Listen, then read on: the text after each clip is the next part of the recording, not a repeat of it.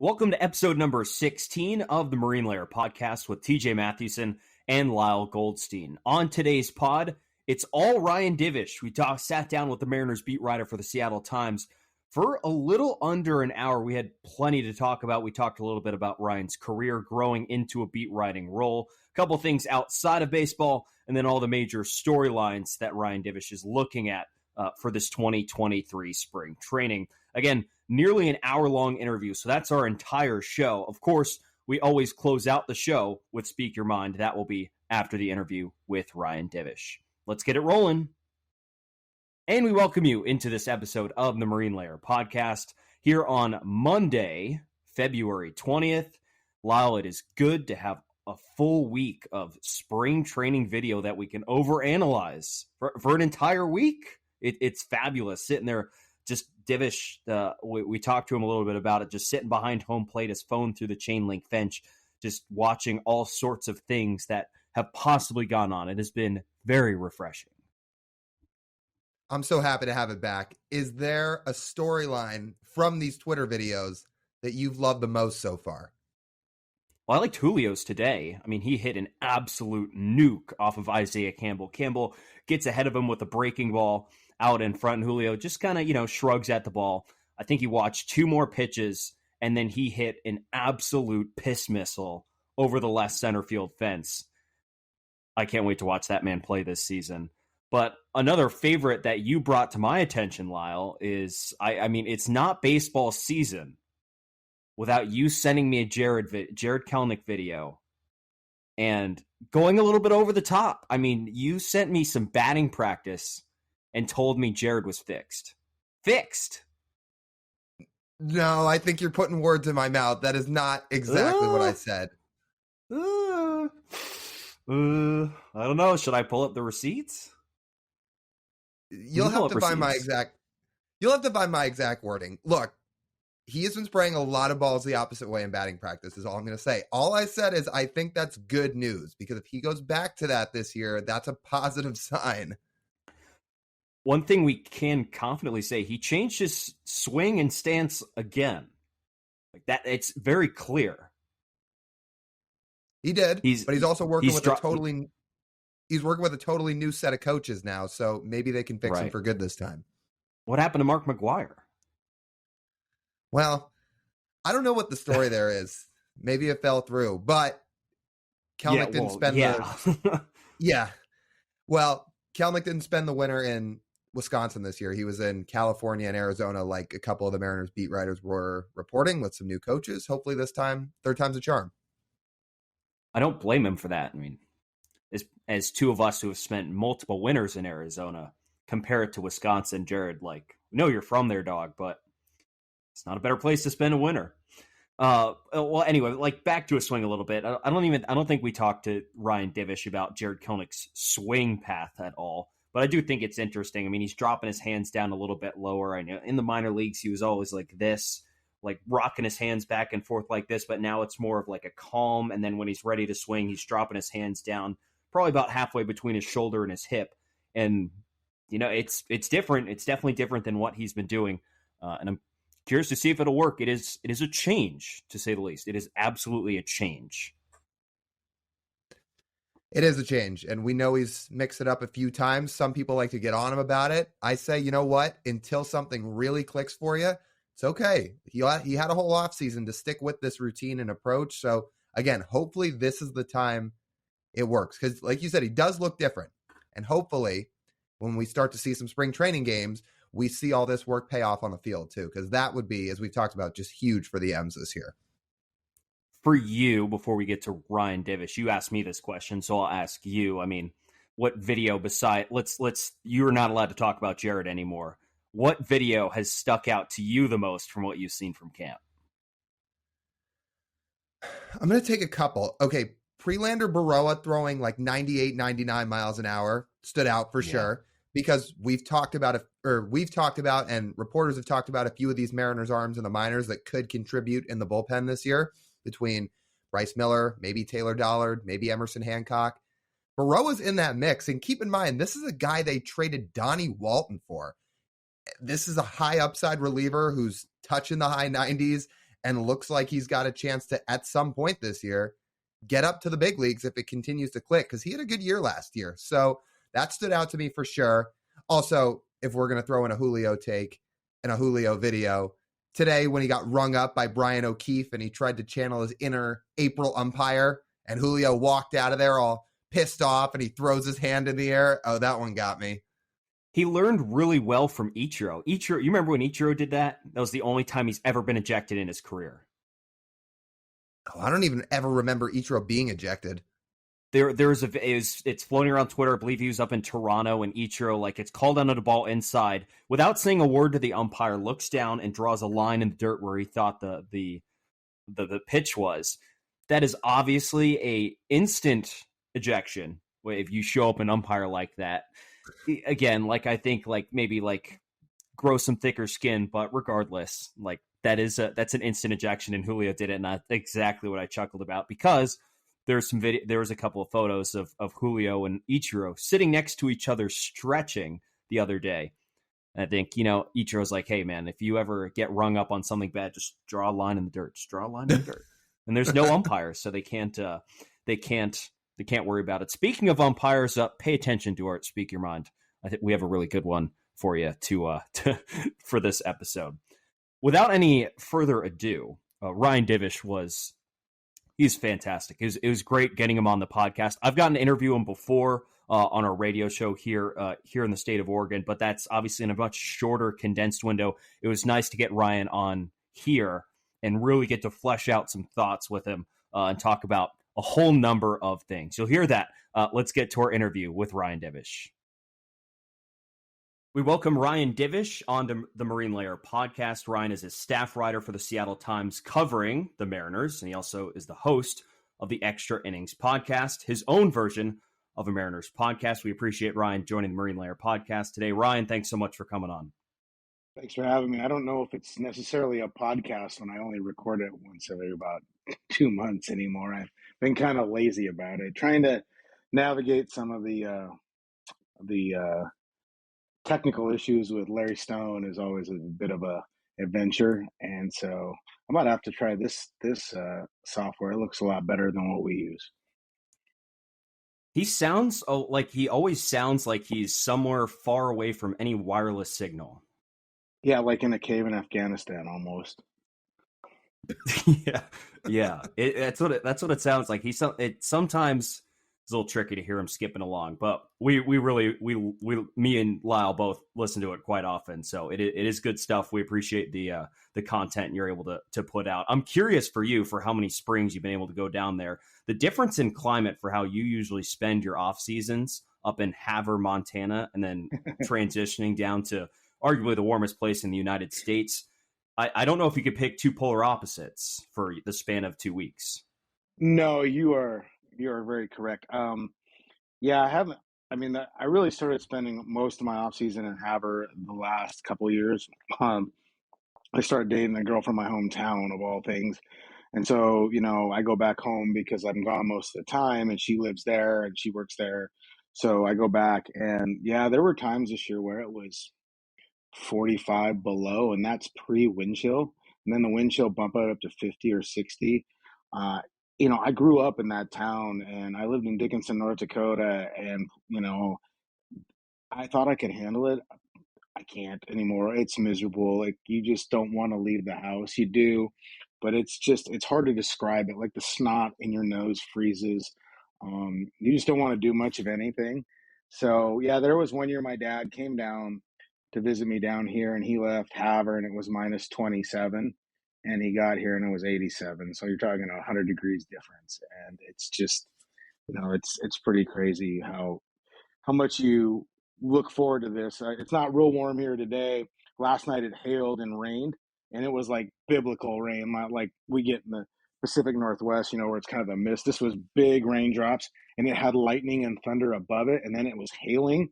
And I'm like, I got here and I was at the Costco park. I guess this would have been Tuesday night. They all run together. But anyways, I was in the Costco parking lot. I'd gotten some stuff for the apartment I stay in here. And I'm walking out in that cart. I'm pushing a cart, and it's just lightning and hail. And I'm thinking to myself, I'm pushing a big metal cart across the parking lot, and there's lightning above me. and it was hitting ground all over. I'm like, I ran really fast to try and get that stuff in. It was nuts. I think they were saying today that one of the Mariners fields got hit by a lightning and messed up the TrackMan. So that's one of the reasons why they didn't have TrackMan data today on Bryce Miller's bullpen, was because they think that it got hit by lightning. That's actually a really funny story. It was really funny when we went down to school for the first time. I think it was so we both went to ASU, and I can remember seeing one of those first thunderstorms. And as you know, in the Pacific Northwest, the thunderstorms are really few and far between, and there's not too much lightning. So it's a bit of a wake up call. Another question I have about you arriving down in Arizona in terms of, what your first food choice is. I know you love that Hawaiian barbecue place. You posted it with Jordan today, which I need to try that spot whenever I get down to Arizona. But it's like that and In-N-Out. I don't know which one. I don't know how you choose which one you go to first. Yeah, it's funny, like I post that In-N-Out, and I usually preface it by saying I don't care if you like this burger or not. It's not necessarily like my favorite burger, but like when I did the spring training for the first time in 2008, it was right here. It's right there on the corner of 83rd and Bell, Bell Road, the seventh circle of hell. But yeah, I was there, so I went there my first year and I had it. I liked it. I'd never had it before. I liked it. That's a pretty good burger. I didn't think it was like life changing. I thought it was better than Dick's Burgers in Seattle, and so I had it, and it was just so the next year I came back, I had it again, and it's just always been kind of my tradition. That's my first meal every year. Leo's Island Barbecue, which is right down the road from the complex, is probably my second meal. But yeah, I always just have it. It's varied. So that first year when I came down here in 2008, I'd never done spring training before. I didn't really have a lot of help or guidance. And so that year, I think I was 14 pounds in 2 months because I would go, they had a bar called the Salty Senorita, which is right by the Padres complex. I'd go there and I'd have buckets of beers with some buddies and the other riders. And then I go straight to In-N-Out and get two double doubles and some fries and then go home. And I do that like every other day. And pretty soon I was like, holy cow, none of my clothes are fitting anymore. I feel terrible. I mean, I enjoyed the hell out of it. Don't get me wrong, but like, there wasn't a whole lot open at 1 a.m, so I'd always go to In-N-Out and get a couple of double doubles before bed. Now I've had to change that as I've gotten older, but that's always my first meal. Every time I've come to spring training, I always go to In-N-Out for my first meal. I don't eat it all the time. Not like in the past. I might have it maybe 2 or 3 times when I'm down here, but I don't eat it. That's always just my first one.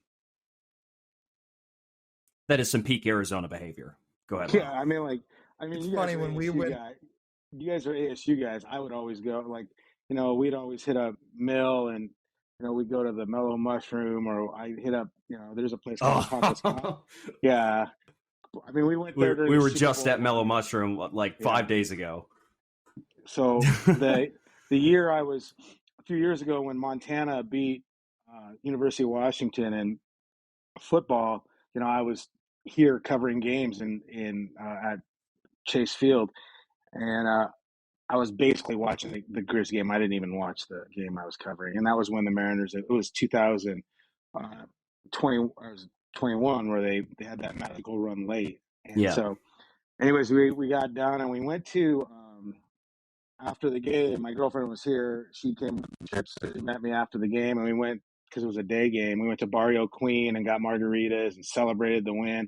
And then I took her, it was Saturday night and it was early, Saturday night, I think it's September.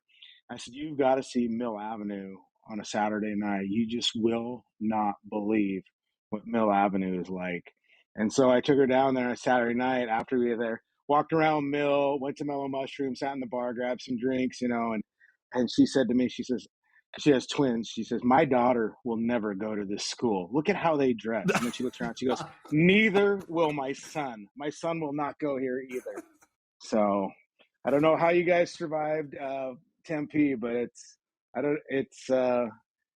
you shouldn't lose many recruiting trips if you come here. Yeah, I'd be lying if I said we didn't mosey our way out to Mill Avenue once or twice in our time at school, to put it lightly. Going on to your kind of career as a writer, how did you end up in Seattle? Because I know you've made a bunch of different stops throughout your journey. What eventually led you to the Mariners?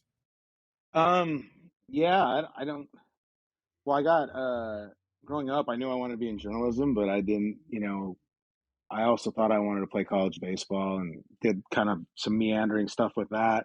And so I ended up at this school in North Dakota and they didn't have journalism. Um, and so they only had like teaching and nursing, business, and truck driving.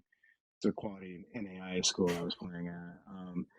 So I got a teaching degree there because I wanted to play my 4 years. My sister was on scholarship for volleyball and fast pitch. I was on scholarship for baseball. So like it was helping my parents out. We shared an apartment, so I got my teaching degree. And I think my parents thought that I was just going to be a teacher and a coach.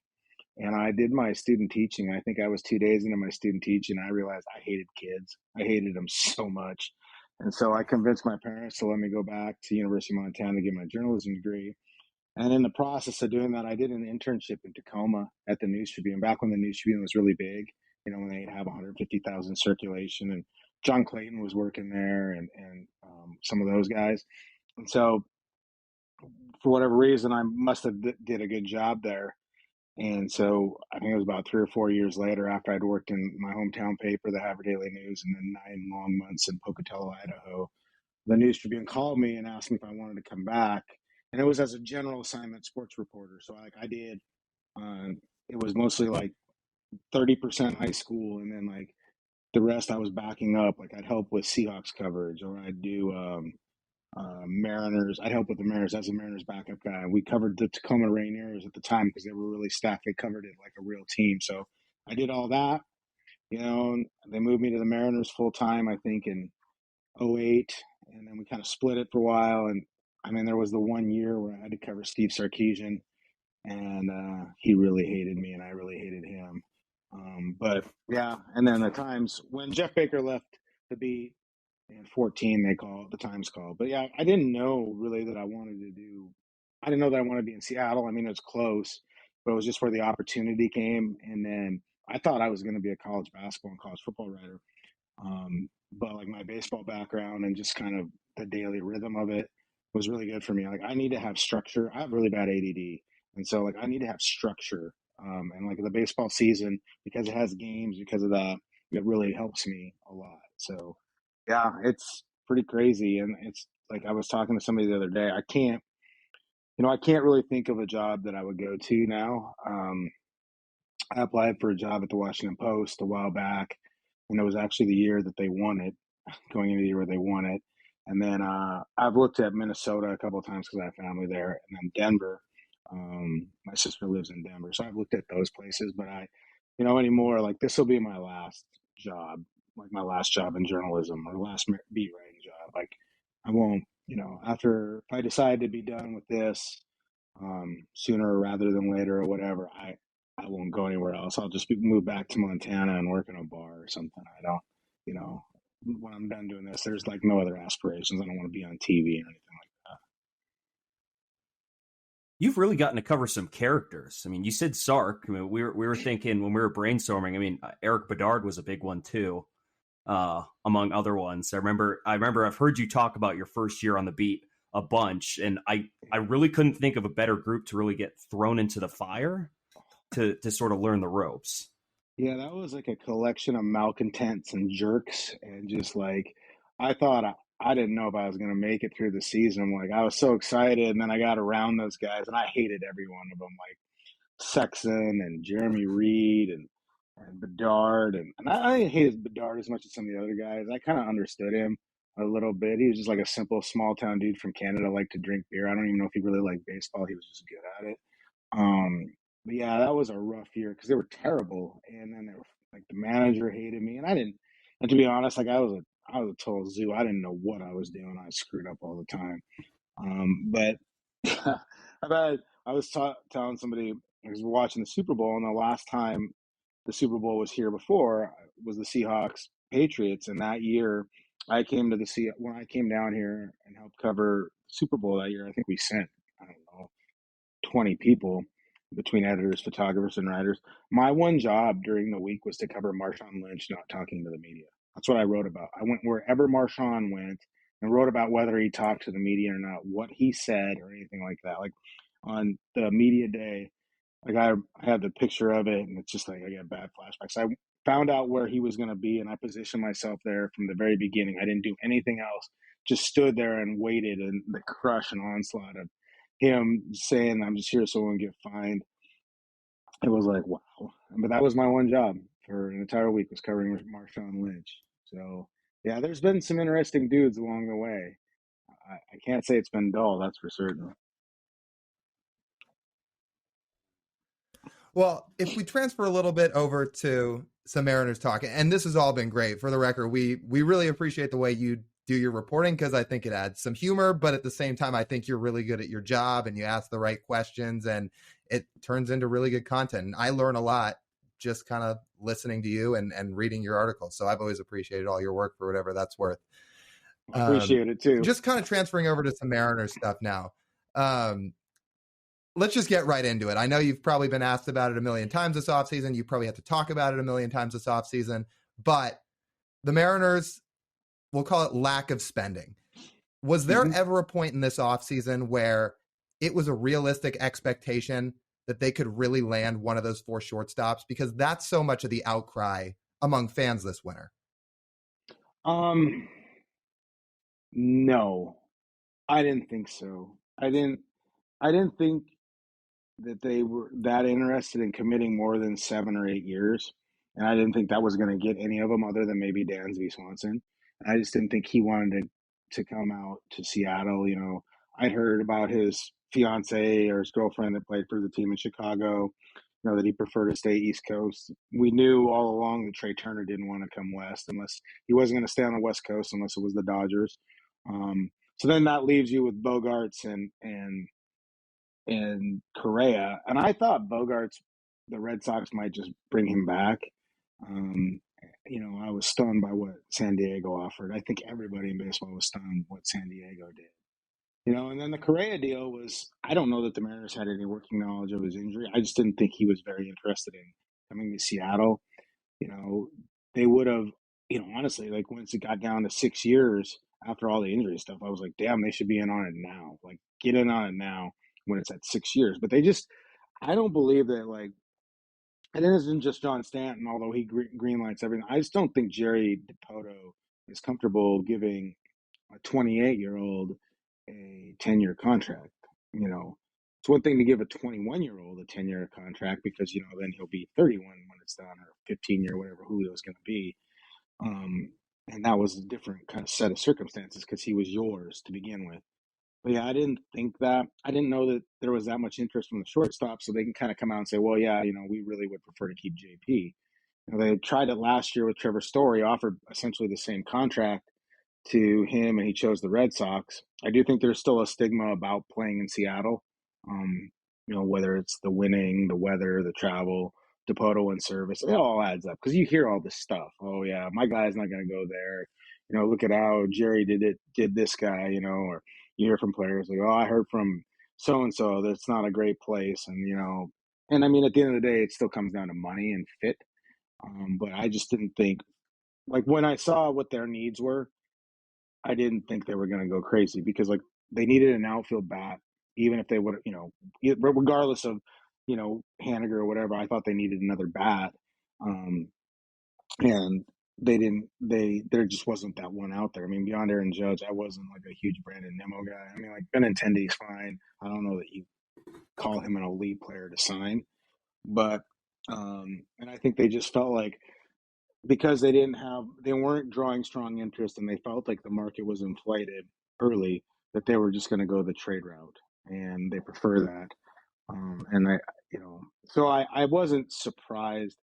I think sometimes like Jerry is so verbose and he's great for us, but like people, he's got to remember, people remember everything. It's out there, it's recorded. You say something like that, then it's going to be, but like, again, like what he defines as supplementing this team or going out and getting an impact player. His definition of impact is probably vastly different than Mabel and Yakima or just the casual fan who sees the big names and says, well, he's an all-star, let's go get him. I don't give a damn about the money.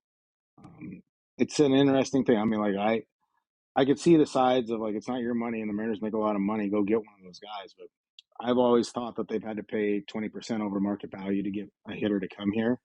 And if the market value is 320 million at 10 years, then the 20% that you're going to have to tack onto that just doesn't seem very realistic for me.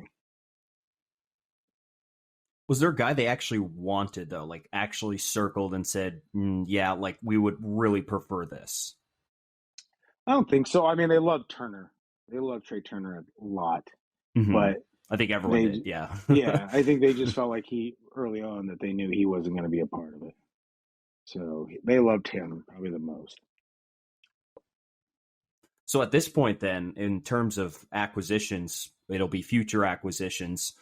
Eventually, the trade market for Brian Reynolds is going to probably wilt down a little bit. He went on video, I think, a couple days ago and said nothing has changed in that part, being one of the few baseball players to actually go out publicly and demand a trade. Well, how low would it have to get for Jerry to actually be interested in terms of a package they're actually willing to give up, as far as you know? I mean, like I don't know, like that the package was too high. I don't think that the package was really like Pittsburgh just didn't really entertain any. I mean, they were entertaining offers, but like it was just borderline unreasonable. Like they were trying to get a Juan Soto package for this guy. They're just not going to get that. Like, it's just really not going to happen. So, like that's kind of what they wanted, and they were going to get that. I don't know what it would take to get him. But the longer it plays, like some people say, well, the value will go up because it's trade deadline or whatever, and people get desperate, perhaps. But you run the risk of him getting hurt. You have run the risk of him underperforming, and like the Mariners want the games, they want the volume. They're willing to give up the prospects if they get the volume of games to offset it to help them win. And so, yeah, I don't think that they have a problem. I mean, whether it costs Matt Brash or Jack Kelnick or whatever, I think they're willing to do it within reason. They don't necessarily have all the pieces that maybe they had to make an offer before, but they're not going to just sit there and give up 5 players because that's what it takes. They'll give up a certain amount of players. They have a prospect idea of what they're willing to give up. They have a value system that they use, like that their analysts came up with, and that's what they'll do. Like if it's not at the level they want, the prospect thing, that if it's too much in terms of inherent value, it's kind of like the Fangraph scale, how they rate them. Then they'll just say, okay, we'll move on, like because they have a value of what Brian Reynolds would be to them over how many years and how many games you have them versus what the prospect value of those players are and what they could potentially be. And if it doesn't mesh up to what they think is right, and they'll just say, okay, nope, we're good. This is what we're willing to give. Come back if you're, because they don't believe in the sweeteners. Like, some people always right at the very end want to add a piece. Jack Z was always hearing that. I need a little bit more because he's trying to win the trade, win the social media thing on the trade. Whereas Dakota looks at just like, we need this, we need a piece, we have this value point, this is what we're willing to give up, and we're not going to ask for any more, but or we're not going to give up any more, but we won't, like try and ask for more from you either. So if you jump ahead to next year's free agent market, Depoto's always been big on draft, trade, develop. Feels like they go after the Braves model a lot of the time with trying to keep a lot of their own guys. Well, they just trade for Teoscar Hernandez this offseason. And when you look at next year's free agent class among the position players, I mean, outside of the 2 white whales in Ohtani and Machado, it's not the strongest class for position players. So if Hernandez goes out there and has a big year this year, he could be the 3rd best bat on the market next winter. That being said, do you feel like there's any shot that he would sign an extension in Seattle this year? If his agent is any good, he'll tell him not to sign an extension. Bet on himself and say, hey, look, this is a bad class. And if you're the 3rd best bat in this class, you can make a lot of money on the market. Because I don't know that the Mariners would give him the perceived market value of what the 3rd best bat would be next year. So, yeah, if his agent is smart, he'd say, wait it out. We're going to have a bounce back year. And even if you have a down year, you're going to get still a pretty good offer. And you can do a 1-year offer to try, like a pillow contract, and try and build it up. So, no, I don't see it happening. But, stranger things, I didn't necessarily see Luis Castillo signing an extension either. But, yeah, I don't see it, and the Mariners are going to try and reel in one of those white whales. I don't know that they have the wherewithal to get Shohei Ohtani, but they'll make an effort. I mean, it's something they're already planning on. They went after him hard the last time and basically were runner up. So I know they're going to try again. That actually transitions really well to the next question I had is, I'm not saying this is the right model to go after. I'm not saying it's right or wrong, but do you feel like part of the reason they have not spent big the last two off seasons is because they are trying to gear up for a run at Ohtani? I mean, maybe, but I think there's a lot of things. You know, last year, last year was a little bit more different. Kevin Mather had a lot of say in last year's budget leading up into the season. I think it was last year, or the year before. I don't know. Yeah, it was last year. Yeah, and so that was different. And then just this year, I don't think it was so much about Ohtani, but they gave a lot of money to Julio, or committed a lot of money to Julio and Castillo and Robbie Ray, and I think they felt like they got burned a little bit by Trevor Story. So then, I don't necessarily think they're saving up, because really, like, you look at Ohtani as an investment, that he's the one player that, more than any other player in baseball, that brings you a return on your investment, not just in terms of production in a game, but in terms of value, fan value, ticket value. Like, people come to see him because he's a phenomenon. Like, not very, like, we always joke that, a free agent signing doesn't necessarily guarantee increased attendance, but Otani is different.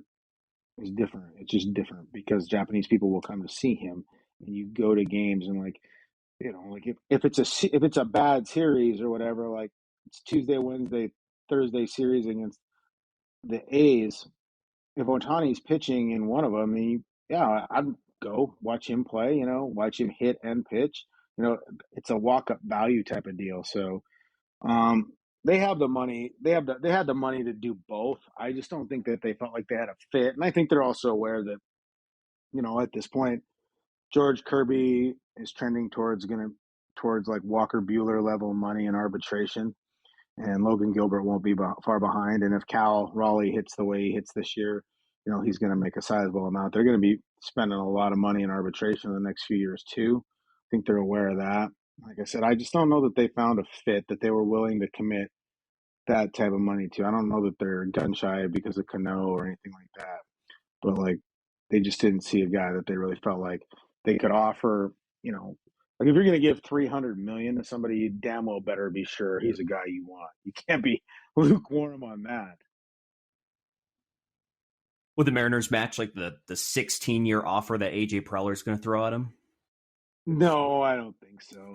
I don't know that Ohtani wants to commit that long to something like that. I think the Mariners might go heavy, like 8 years, but heavier dollars, AAV, and just say, hey, look, you have freedom. We're going to give you freedom. We're not going to lock you up to one thing. Because, like, what Otani's found is like, oh, yeah, I committed to the Angels, and then they stink, and they don't know how to build a team around him. And then here he is, whereas, like, the Mariners offer him, 4 years to say, look, 4 or 5, we'll give you an opt-out after 3 or 4 years. You can leave if we're not good. If you want to stay, great, but we want you at this much, and we'll pay you more to keep you around. Because I think ultimately sometimes those guys like to have some freedom.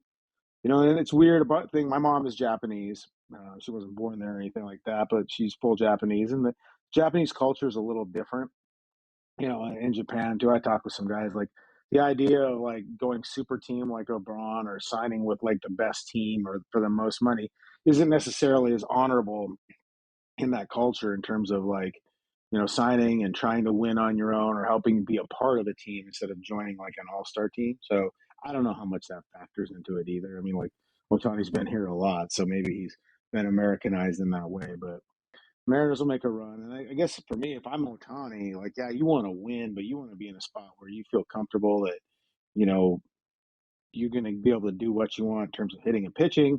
And, the organization is going to continue to build and put together a team around you, so that, you're not like it was the last couple of years for him. When Trout's out, it's just basically him and a bunch of dudes from AAA Salt Lake. Regardless of where Ohtani lands next offseason, I really think it's going to be one of the more entertaining offseasons we've ever seen in baseball in terms of how that free agency is going to roll out. I'm excited to see it. let's shift gears. I'm itching to learn a little bit of what you've seen at spring training so far. I mean, you're standing up there next to the fence watching Bryce Miller today, and Lyle and I are like extremely excited to watch Bryce Miller pitch in person whenever I can get out of Oregon and go watch a game this upcoming spring. But you're standing there watching Bryce Miller. I mean, is that fastball and that breaking ball that it looks like it's living up to the hype. Yeah, it's it's really kind of odd because he's so little. He's not a very big dude. I don't think he weighs 175 pounds, maybe 5'11", but it comes out hot. We didn't have the gun readings on it today, but I'm sure it was like 98, 99, pretty easily. The slider is interesting because he has two. He has two sliders. He throws one, I wouldn't say gyro style, but he kind of turns it one way, and it's more of like a cut slider. And then he has one that he tries to sweep with to get the swing and misses. Then he's got a little changeup that he threw a few times today, and it's serviceable. That's why they can keep him as a starter because he's got technically four pitches.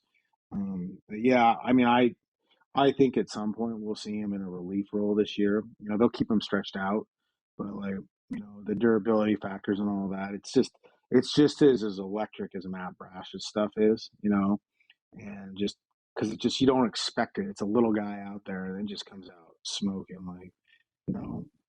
So the comments, when you hear the comments from guys today when they're hitting them live, that wow, good pitch, or he got me, stuff like that. You see some funky swings and stuff. And they look back at the catcher and stuff like that.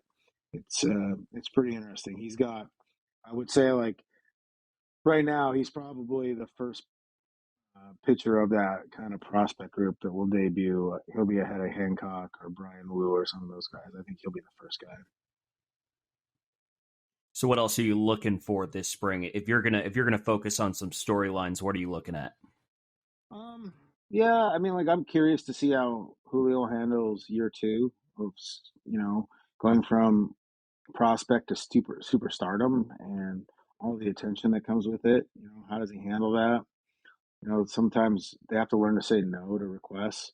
Unfortunately, I hope they're not saying no to my requests, but um, how Kirby and Gilbert hold up. I think they're pretty strong kids, and I don't, but George has had shoulder issues in the past. It's just fatigue type of thing. So how do they monitor that? They were pretty lucky in that they didn't have injuries last year.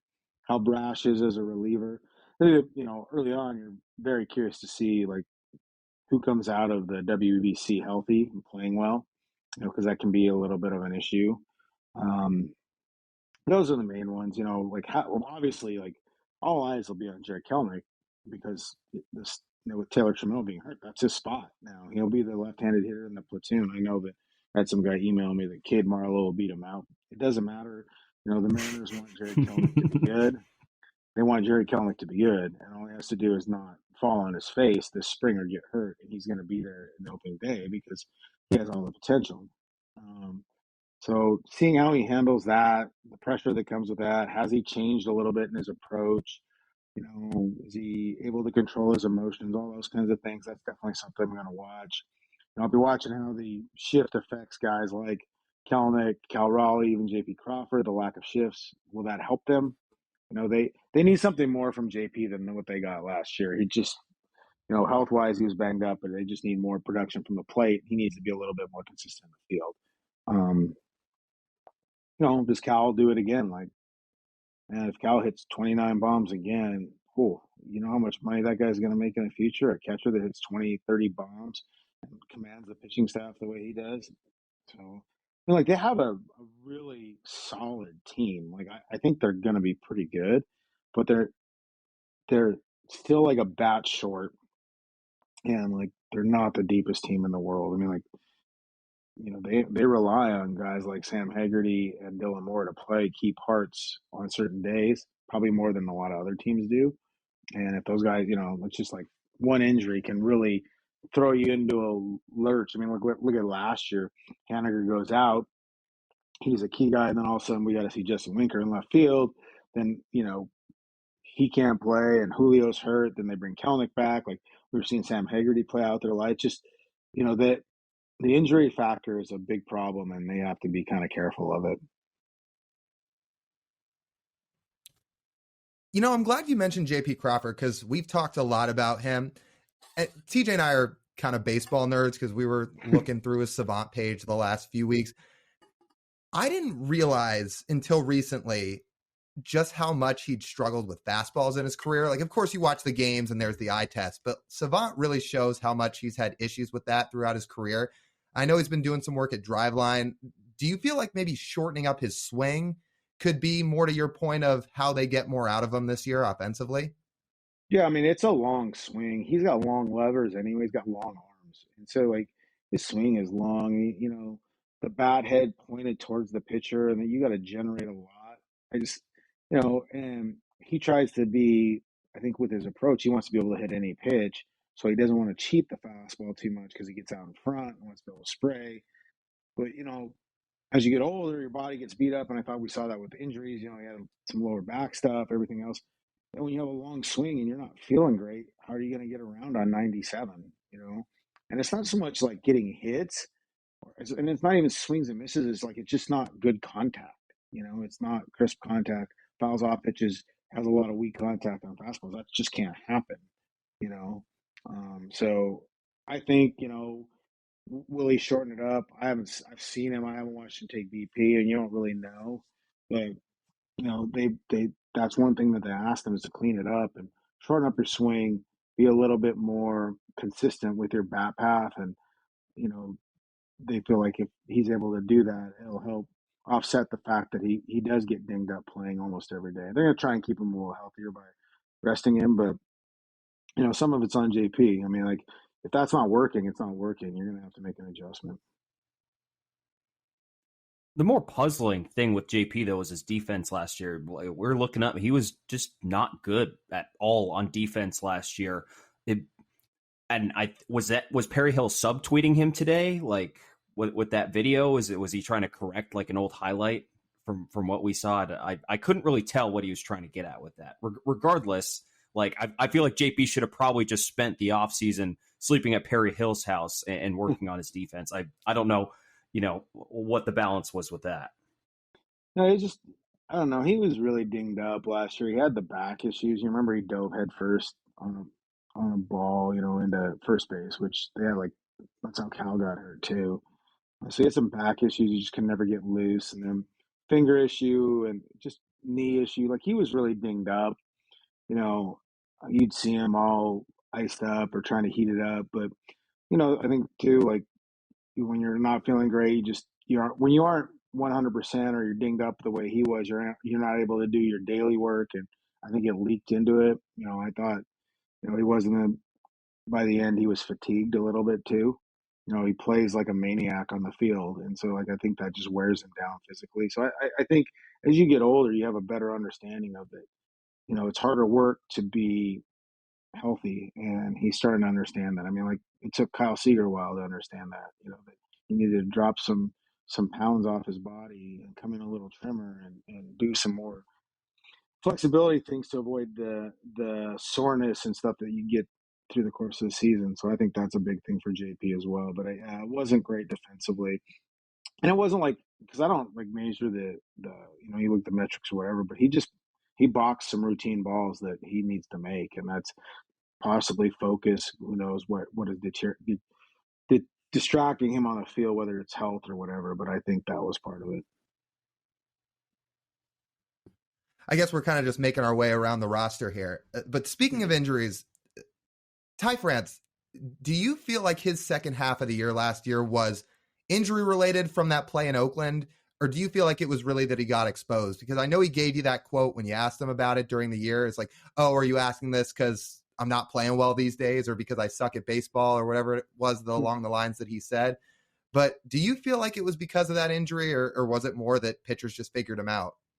Well, he had two injuries. He had the injury to his left arm on the ball and the catch to his elbow. And then he had a left wrist injury where he rolled over it diving for a ball, which was similar to what he had in 2021 that hurt him. The one thing with that is like he even said it wasn't he felt fine. And we would have seen him icing and doing stuff like you don't get to just get out of treatment when you're when you have an injury, they make you do that stuff. He wasn't really doing any of that. It wasn't that, but he just got out of sorts with his approach in the sense that like he really likes to get out over the plate. You know, it's where he gets hit a lot is because he kind of leans into the plate. And if you watch, and some Mariners admitted, and some scouts told me is like when he was struggling there, and it may have started with the wrist because it was bothering him, but pitchers were attacking him under his hands with fastballs, and he couldn't hit it. Because again, he's trying to get out on the outside half of the plate, and cover that, and go that way. So then he's just not able to hit it. So what he tried to do is adjust to hit it and like hit those pitches, and they weren't strikes. Like, why adjust to hitting a pitch? It's not really a strike very often. And he got caught up in that, and he just couldn't get it back. And then once you're trying to get it back, well, you've picked up these other bad habits and all that stuff. So he kind of lost his way as a hitter, because that's, you get exposed and pitchers can execute. So, his counter to trying to get that fastball in on his hands was to do something different with his swing and his approach, when in reality, the best thing he could have done is just spit on it and not swing at it, and that's, I think, the biggest issue. And I mean, that's something that came from the Mariners internally, and then even, in talking with opposing scouts, is like they found a hole where they can get him, and he's not smart enough, or he's not disciplined enough, or too stubborn enough right now to not swing at it, because like he'd always hit his way out of everything, and that wasn't going to be the case. And I think he's understood that now. He's such a smart ass. I don't know that he'll ever admit it to me, but I get along really well. So it'll be interesting to see. I'm going to ask him about it, but I don't know. What about Julio? I mean, to be honest, Lyle, now that I'm thinking about it, I don't remember the last time we talked about Julio on this podcast, because it seems like the most certain thing on the roster, which is really funny when we're talking about a 22-year-old kid who happens to be 3 years younger than Lyle and about to be 3 years younger than me as well. And really crazy to think about, and how he's going to sort of handle a stage this year where there are legitimate expectations that he could win American League MVP this year. I mean, how has he walked into camp and really tried to shut out all the noise and just be him and continue to be him? Yeah, I mean, I saw him today for the first time. Just kind of gave him a little nod. I waved at him, but like we didn't talk to him. He was busy. I don't. He's always had a pretty good group of people around him in terms of from his agency that helps kind of keep him grounded and understanding what he wants to do, and they're not afraid to say no to something. And the Mariners, I mean, like the Mariners have to look at themselves internally and say, how much do we want from this kid? We don't bug him that much, like the media. We request him every once in a while when he plays well, but like we're not going to bug him all the time. You don't wear the kid out. But the Mariners, I mean, like he's a marketing dream. He's a commercial dream. So, they push on him a little bit more, and I think they need to look internally sometimes. Hey, man, we're running this kid ragged here. Let's give him a break. But it's tough when you see the smile and how he reacts and everything else, and what he means to that organization. I mean, you go to those games, and there's more young kids than there ever has been. And I was in eighth grade when Griffey was a rookie, so that makes me sound really old. You guys probably weren't even born. But like I was in eighth grade when Nope. Griffey was a rookie, and I know what that was like and what it meant to kids, and we're seeing that at those games with kids. It's just a phenomenon. And so it's hard to say no, or it's hard to not want him out there front and center all the time, but that's the biggest thing. And for him on the field, it's just how do you stay on the field? What did he play in 125 games? Is that what he played in? I don't remember. I mean, like that's It was something I think it was around that. 125. Yeah. Let's look it up. So Really like, quick. It's got to be how do you stay on the field? How do you be out there for 150 games? Obviously, it's probably not going into the All-Star or into the home run derby with a bad wrist and then swinging and becoming a superstar. Although I'm sure he doesn't regret that. But like, he's as good. He can be as good as he wants to be, as long as his body allows it, and the mindset allows it. I don't know that he'll ever be a complete like a 300 hitter, but I think he can be. Was 285. I mean, was he 265, 270 last year? Think about how bad his first month was.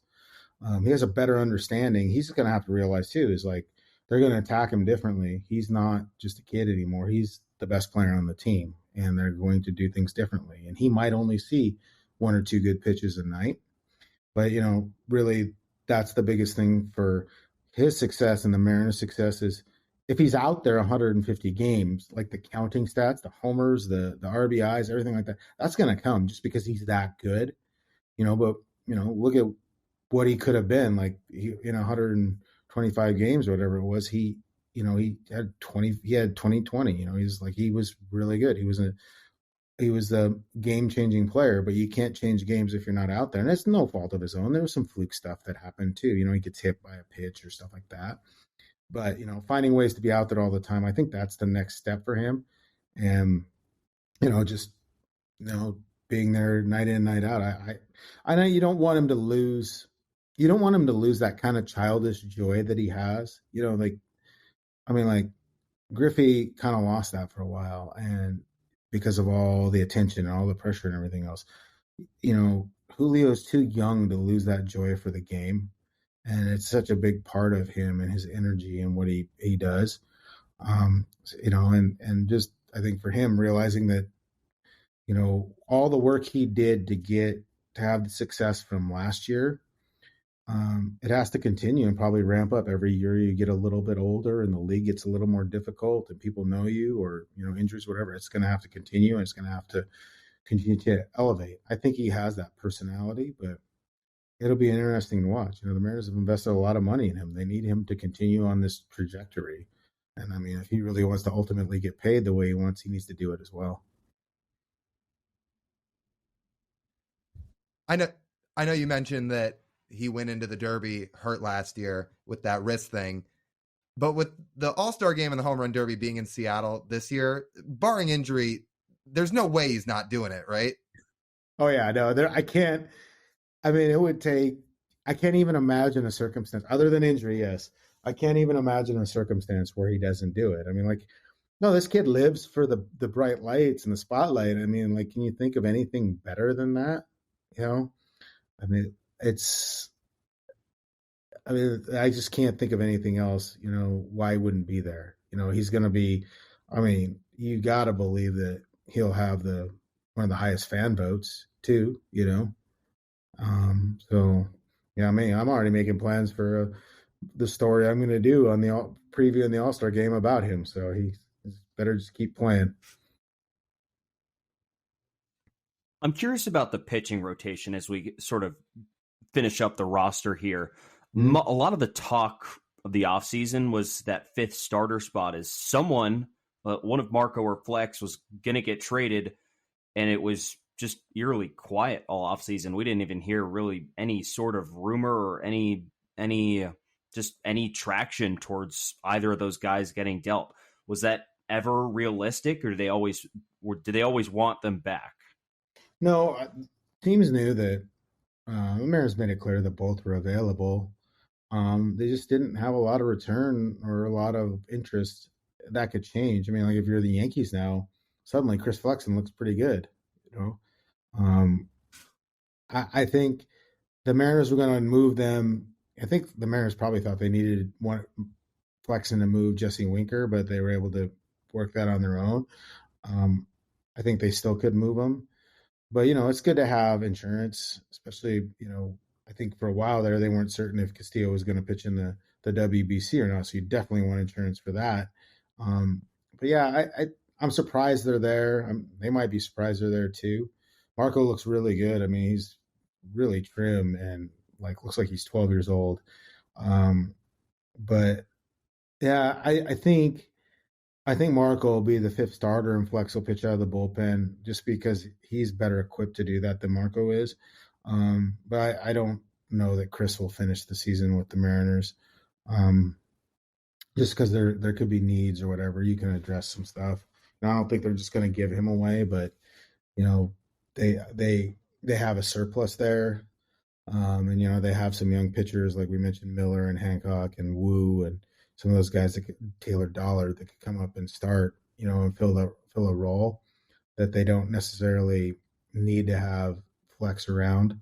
So yeah, it's crazy that they I've never been in a position with Dipoto where they've had kind of a set rotation. It's been a while. I guess back when they had Felix, Kuma, Pax, Walker, Taiwan, and I can't remember who the other one was. But those guys, Pax was always banged up, and Taiwan was too. So, um, this group is definitely different in that regard. It's pretty solid, and I don't.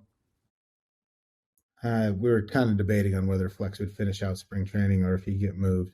The WBC could change a lot. Guys come back from there, they don't feel great. That's when you make that move. So maybe that's when the Mariners can address something. And again, I don't think the Mariners were pushing to trade him. It was like, okay, we'll listen to offers. If it fits us, we'll do it. If it doesn't, we'll hold on to him because we might need him. You never know. Some guys could come back with a bit of a soggy elbow. I know. I hear that it's contagious nowadays. Honestly, I thought Marco looked really skinny. You said he looked cut. I saw your video. He honestly looked a little skinny to me. It seems good. You said best shape. Yeah, I bet he's lost 20-some pounds. He got a little dad bod. Remember, he just had a kid a little while ago. Got a little dad bod on him, and his wife Monica, she's a personal trainer and nutrition, degree in nutrition and something else from Gonzaga. So maybe she put the foot down. She was a trainer at Orange Theory for a while. Maybe she made him start going to Orange Theory, but he looks really trim. He looks a lot more athletic. And I think for him, being a little trimmer and being more athletic, when you're a command guy, that means your mechanics have to be pinpoint all the time. And then maybe if you're carrying a little extra weight, you're not able to do that. So maybe that can help him, because I think he can still be an effective fifth starter. And what people need to know is the Mariners aren't going to slot it out the way they expect, because they're trying to control the usage of Logan and George. George will probably be in the number 5 spot coming out of spring. That way they can kind of control it with the off days. It was Dipoto was explaining it to me, but those guys could be slotted differently to the point where, everybody expects it's going to be Castillo, then Robbie, then Logan, George. They could be slotted a little differently. They could bump Marco up early and then have it, because they're trying to slot it out to the start of the season. They backdate it to when they would pitch in the regular season and then work their way backwards. So, they're very cognizant about the usage early and the buildup for the two young kids. So it might not necessarily be the way people expect it coming out of spring, but I expect all 5 of those guys to be there. The last question I've got for you is, TJ just kind of alluded to it a minute ago, but talking about the World Baseball Classic, when they announced that Luis Castillo was not going to pitch in the tournament for Team Dominican Republic, was there just the biggest sigh of relief from the Mariners front office in the thinking of, we are not going to have another Drew Smiley incident all over again? Yeah, I mean, they talked with Luis extensively about it, and I think Luis was under a ton of pressure to pitch for the DR, particularly coming off of how he did in the postseason. But I don't know that he really, really wanted to do it, because he doesn't, in that regard, you're almost starting your workouts, your throwing program, everything 2.5 weeks or 2.5, 3 weeks earlier than you might normally. So I don't think he wanted to eat into his off season that much by having to start training that hard earlier than usual. He comes in and he does his build up. He's been doing his normal workouts. He's on his normal schedule. I think he preferred that more. I mean, I wouldn't say that he was hoping he was looking for an excuse not to go, but in discussing it with the Mariners and everything like that, if you're going to go and do this, you need to do these things to be ready to pitch at that time. And I don't know that he was willing to do it. So I think it was kind of a mutual understanding, hey, this probably isn't the best for me or the team right now. So let's just kind of say, he's not going to do it. And if the Mariners have to look like the bad guys in the situation, so be it. They don't care, because they don't, after what happened with Drew Smiley, I don't think they want any other guys playing in it. I think that'll wrap it up for us. You can find all of Ryan's work at the Seattle Times website, or if you still buy newspapers, usually, Ryan, I believe you're still right on the front page every week. I know my parents still get the paper delivered, so you're always right there in the front. And you can also find Ryan's work with the Extra Innings podcast. Ryan, do you know when your next one's going to be out so we could bump it? I don't know, probably next week. I was gonna wait a little bit so I could see a few guys and stuff like that, and then talk to Larry. I had plans to make it like better, but you guys got like the cool microphones and stuff, and I'm just not willing to invest that or my time into it. So, we'll see. But I think it'll be next week. I wanted to watch a few days worth of it and then go from there. Then it will probably be out right around when this episode of the podcast drops. So if you are listening to this after it comes out, I'd go check out the Extra Innings podcast. So Ryan, thank you so much for joining. Stay away from Mill Avenue and Old Town if you want to have a safer, risk-free spring. Yeah, I'm a little too old for those places now. I'm probably more like Desert Ridge, but like, you being over here in the West Valley, it can get a little rough. One night, me and our columnist Matt Calkins went out to have some beers, and I think watched the UW hoops game or something. And I said to Matt, okay, first person to find, because it's an outdoor bar. I said, first person to find someone without exposed tattoos, man or woman. The other one has to buy drinks all night. We couldn't find one, so. I know, I don't know, you're pretty far away from Gilbert, but we've heard downtown Gilbert's cool too, and it might be a little bit of an older vibe too. If you want to trek all the way across the valley, I'll stay here if I have to. I'll go rock out in Sun City. It's usually done by 9:00, so I can get up early in the morning. All right, sounds good, Ryan. Thanks so much for joining us. Thanks, guys. Anytime. That was a phenomenal interview with Ryan Divish, one of the favorite interviews I've done in my time in media, getting to sit down with a Mariners beat writer for the Seattle Times, Ryan Divish. We know he's such a great personality, and he can show it a little bit more on a podcast forum like this. We're happy to give him the platform, and it's really just get to good and just have a conversation. It was an awesome interview. I love talking to Ryan. He's great. He's phenomenal. And I've got to say, did you hear him at the start of the interview? He gave us credit for going to Arizona State. You see all these people in the world, they give their kids or other people credit for going to Harvard, to Stanford. Guess what? At those places, you hate your life for 4 years. All you do is schoolwork. Why not enjoy it and go to ASU? And Divish was like, yeah, credit to you guys for making it through. And I was like, we appreciate it, Ryan. Yeah, we survived. But it doesn't sound like anyone in the Divish sphere will go to Arizona State. No, it does not. It does not. But that's okay. I'll say, hey, listen. It's fun. We know that. But hey, I understand the my daughter is never going here. I get it. That was funny. That cracked me up. That really did. That was good.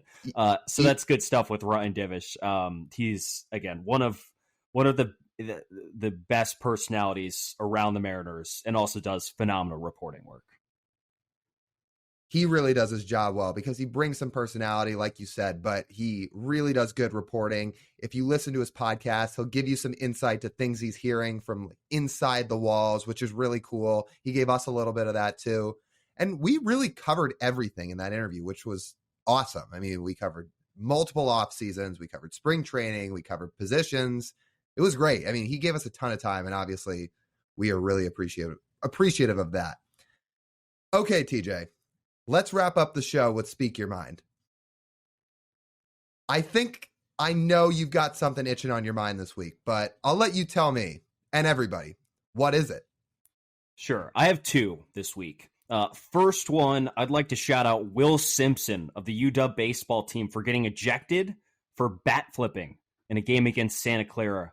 I think it was today. They're playing the finale today against Santa Clara down in California. And Will Simpson, I believe, hit a game-tying home run. Let me pull up the tweet. I don't have the tweet pulled up. I sent it to you, so we're going to look at it. But I believe he hit a game-tying home run against Santa Clara. He bat flipped. It was game-tying home run. He bat flipped, a very casual bat flip, I would say, and managed to get himself ejected from the game. So I will say, with college baseball being back, umpires are back, baby. you can't have baseball without umpires taking over as the center of the show. You can't have it. I mean, that's why people tune in. People want to see ejections of the best player on the team. Like, Will Simpson is pretty much the best player on Washington's baseball team. And in a crucial situation, he got thrown out because, of course, he did, for a bat flip. It wasn't like an excessive bat flip. The bat never went above his head. I think he made it about 3/4 of the way down the line before he tossed his bat, which is not an ejectable offense. There was no, the NCAA banned dugout props. There was no dugout props. There was, yeah, I don't know. He hit a home run and he hit a bat flip and got tossed out of the game. I love it. I love it. We might really have to take our victory lap this year with umpires and really kind of call out some of their bullshit all year, because if robo-umps actually start in 2024, it's going to be great for the game, and we are both pro robo-ump here on the podcast, but there won't be much trashing of umpires' strike 3 calls anymore. That's really unfortunate. I'm going to miss that part. I'm going to miss it.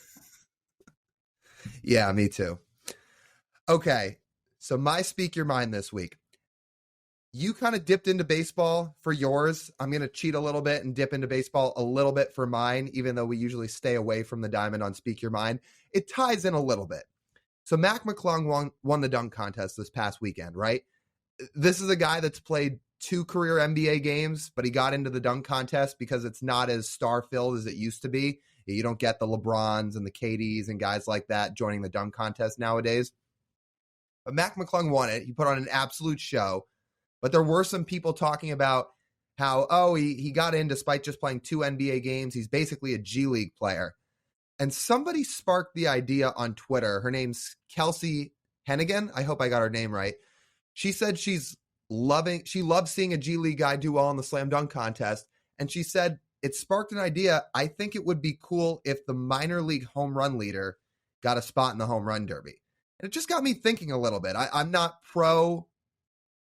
all for it. I'm not all against it. Just got me thinking it could be an interesting idea. If we got to see somebody like, if we're going to tie it into the Mariners, Robert Perez go up against big leaguers in the home run derby, could that be kind of a cool thing? That could be okay. I think the difference between the 2 leagues is Major League Baseball does not have trouble getting stars to participate in the derby.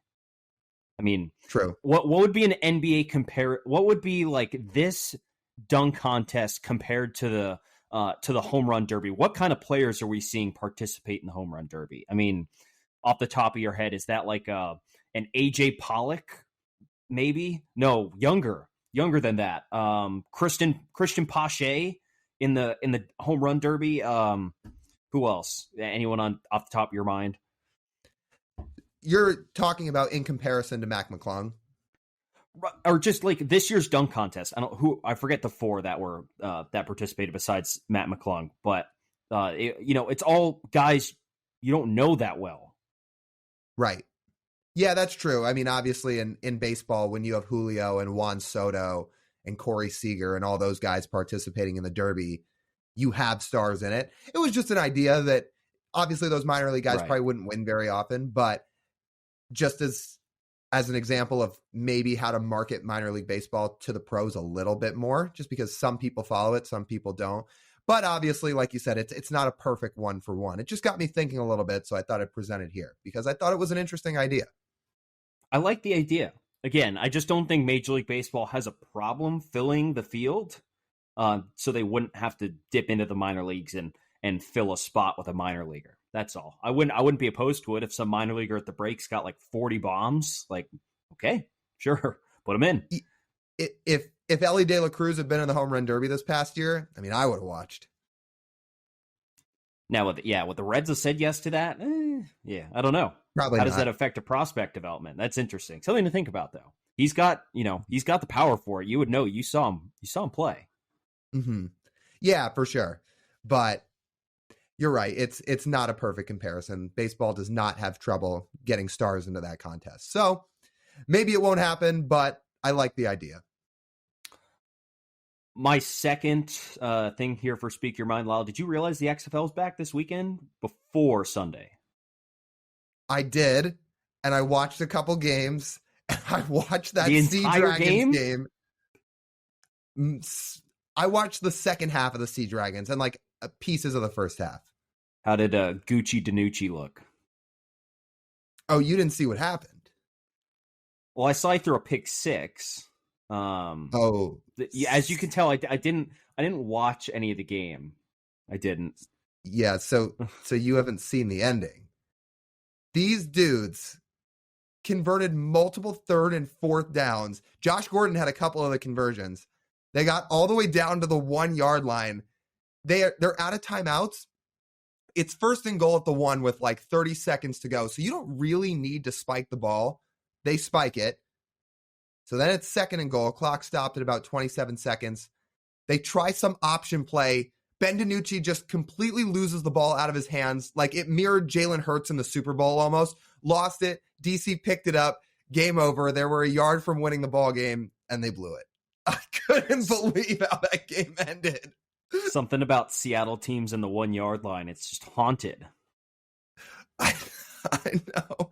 It made me realize, in the NFL, people call players like Derek Carr and Kirk Cousins somewhere between average to slightly above average as QBs. In the grand scheme of things, those guys are really, really, really good when you're sitting and watching XFL games with Ben DiNucci and ASU legend Manny Wilkins starting games. Wait, who does Manny start for? St. Louis. Huh. Man. Yeah, I just don't think you'll catch me like sitting on my computer and watching an XFL game. I don't think I could get myself to do it. The quality of football is just not good enough. I can't do it. I didn't even realize the XFL was back this week until I opened my phone. It's like, oh, I see The Rock standing there in the Rangers Stadium screaming to the crowd.